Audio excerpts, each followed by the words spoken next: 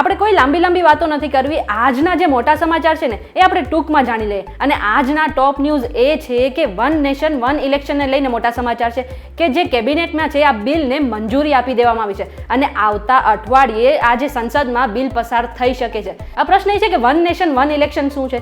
તો લોકસભાની, વિધાનસભાની અને બીજી કોઈ પણ ચૂંટણી બધી એક સાથે થાય એવું સરકારનું કહેવું છે અને એના માટે આ બિલ પસાર થઈ શકે છે. અને સરકાર એમ પણ કહે છે કે આવું કરવાથી સમય અને પૈસા બંનેની બચત થશે. અત્યારે ગુજરાતમાં વન નેશન વન ઇલેક્શનની વાત તો થઈ રહી છે, પરંતુ બીજી બાજુ જોવા જઈએ તો ગુજરાતમાં એક વસ્તુ એ પણ ચાલી રહી છે કે અત્યારે ગુજરાતમાં NIA રેડ પાડી છે.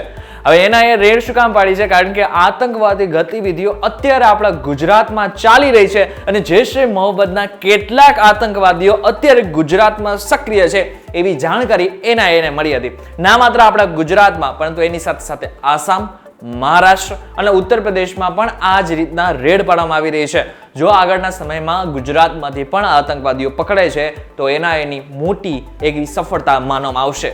વાહ રે મારા ગુજરાતીઓ, આમાં થોડું કટાક્ષ હતું કારણ કે 31st આવી રહી છે અને એ પહેલા આજે ગુજરાતમાંથી 16,848 દારૂની બોટલ ઝડપાઈ ગઈ છે અને આ બધો જ માલ કુલ 36,92,000 નો હતો. હવે આજે ન્યૂ યર આવી રહ્યું છે તેને લઈને જે સ્ટેટ મોનિટરિંગ સેલ છે એ પણ એક્ટિવ થઈ ગયું છે અને આજે નવસારીમાં રેડ પાડી હતી ને ટોલ નાકા પાસેથી એક દારૂ ભરેલું કન્ટેનર ઝડપાઈ આવ્યું હતું અને 5 આરોપીને વોન્ટેડ પણ જાહેર કર્યા છે.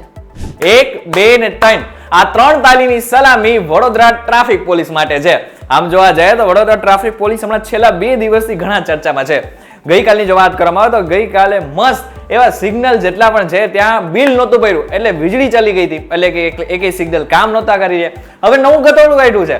જેટલા પણ વાહનો ભેગા કર્યા ને એટલે કે ડિટેન કર્યા ને એ બધા ક્યાં ભેગા કર્યા? પોલીસ સ્ટેશનની બહાર. અને જેવા પોલીસ સ્ટેશનની બહાર ભેગા કર્યા કે ટ્રાફિક થઈ ગયો, એટલે કે ટ્રાફિક પોલીસે જ ટ્રાફિક નિયમોનું પાલન નથી કર્યું અને ટ્રાફિક પોલીસના હિસાબે લાંબા વાહનોના થપ્પા લાગી ગયા હતા. હવે તમે જ કહો આ વડોદરા ટ્રાફિક પોલીસને તો શું કહેવું? આજે આપણું જીવન છે ને ઘણું અમૂલ્ય છે અને ઘણી વખત આપણે જે મોટા લોકો છે એ પણ આ વાત ભૂલી જતા હોય છે અને આત્મહત્યા જેવા પગલાં ભરી લેતા હોય છે અને આપણે જોઈને બાળકો પણ આપણી પાસેથી એવું શીખતા હોય છે. અને આવો જે કિસ્સો સુરતમાંથી સામે આવ્યો છે.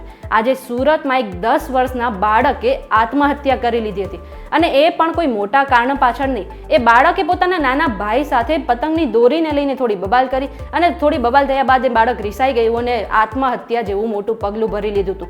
આવું એના પિતાએ કહ્યું છે. હવે આવા સમયે આપણે એવું ધ્યાન રાખવું જોઈએ કે આવા સમયે બાળકને એકલું ના મૂકવું જોઈએ અને જીવનનું મૂલ્ય શું છે એમને બાળપણથી જ આપણે શીખવાડવું જોઈએ. મંદિર અને મસ્જિદ આના ઉપર જે કેસ છે એ હમણાં છેલ્લા કેટલાક વર્ષોમાં બહુ વધી ગયા છે, એ આપણે બધાને ખબર છે. એમાં પણ હમણાં જે મસ્જિદો ઉપર કેસ થયા એના હિસાબે જેટલી પણ હિંસા થઈ એને લઈને પણ બબાલો ઘણી થઈ રહી છે.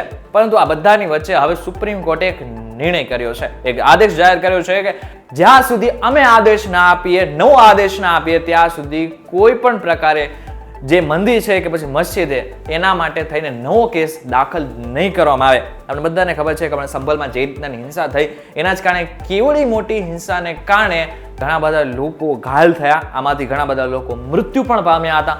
પરંતુ પ્રશ્ન એ છે કે ક્યાં સુધી આ મંદિર અને મસ્જિદનો વિવાદ બનતો રહેશે? દરેક મહિલાના ખાતામાં 1,000 રૂપિયા આવશે જો તમે દિલ્હીમાં રહેતા હશો તો.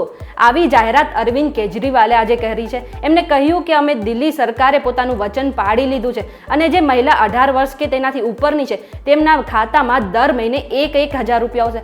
આટલું જ નહીં, થોડી રાજનીતિ પણ રમી છે. એમને કહ્યું કે 2025માં જે વિધાનસભાની ચૂંટણી આવી રહી છે એમાં જો અમારી સરકાર પાછી આવશે ને તો આ 1,000 રૂપિયા વધારીને અમે 2,100 રૂપિયા કરી દેશું. NRC એટલે કે નેશનલ રજિસ્ટર ઓફ સિટીઝનશીપ, આ જો તમારી પાસે હશે ને તો જ તમે આધાર કાર્ડ માટે લાયક ગણાશો અને આધાર કાર્ડ તમારું તો જ નીકળશે કે જો તમારી પાસે NRC હશે. મુંજાવમાં આપણે ગુજરાતની વાત નથી, આ તો આસામની વાત છે. આસામના મુખ્યમંત્રી હિમંતા બિસ્વાએ હવે આદેશ જાહેર કર્યો છે કે હવે બાંગ્લાદેશી જેટલા પણ ઘૂસપેઠિયા છે એનાથી બચવા માટે અને આસામને સુરક્ષા આપવા માટે હવે જો તમારી પાસે NRC હશે ને તો જ તમારું આધાર કાર્ડ નીકળી શકશે. અતુલ સુભાષના કેસને લઈને અત્યારે લોકો બીજી મહિલાઓને હેરાન કરી રહ્યા છે. આવું કંગના રનાવતનું કહેવું છે.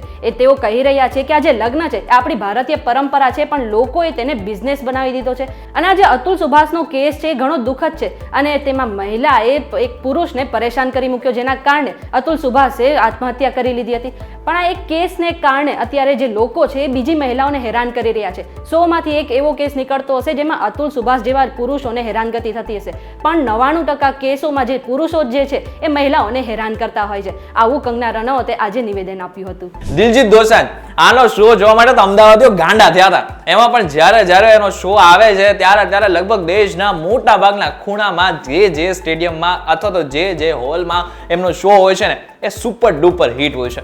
પરંતુ હવે આગળના સમયમાં આ જે તેનો કોન્સર્ટ છે એ ચંડીગઢમાં છે, પરંતુ ચંડીગઢમાં એમનો શો સ્ટાર્ટ થાય ને એની પહેલા તેમને નોટિસ પણ મળી ગઈ છે.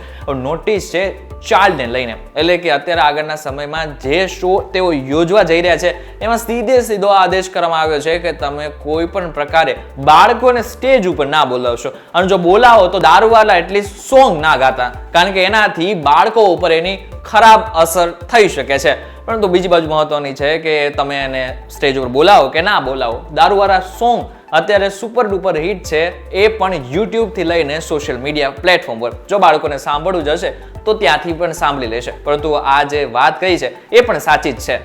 હવે આ હતા આજના મહત્વપૂર્ણ સમાચાર જે તમારે જાણવા જરૂરી હતા.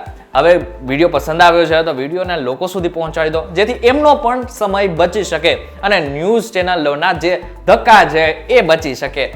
વિડીયો પસંદ આવે તો વિડીયો શેર જરૂરથી કરજો તથા આવા જ ઇન્ફોર્મેટિવ વિડીયોઝ માટે VTVgujarati.com સાથે જોડાયેલા રહેજો. અમારું એક વોટ્સઅપ ગ્રુપ પણ છે કે જેની લિંક મેં ડિસ્ક્રિપ્શનમાં આપેલી છે, તેથી તમે ડાયરેક્ટ એને પણ જોઈન કરી શકશો. ફરી મળીશું એક નવા વિડીયો સાથે, નવા કોન્સેપ્ટ સાથે. ત્યાં સુધી મને રજા આપો. નમસ્કાર.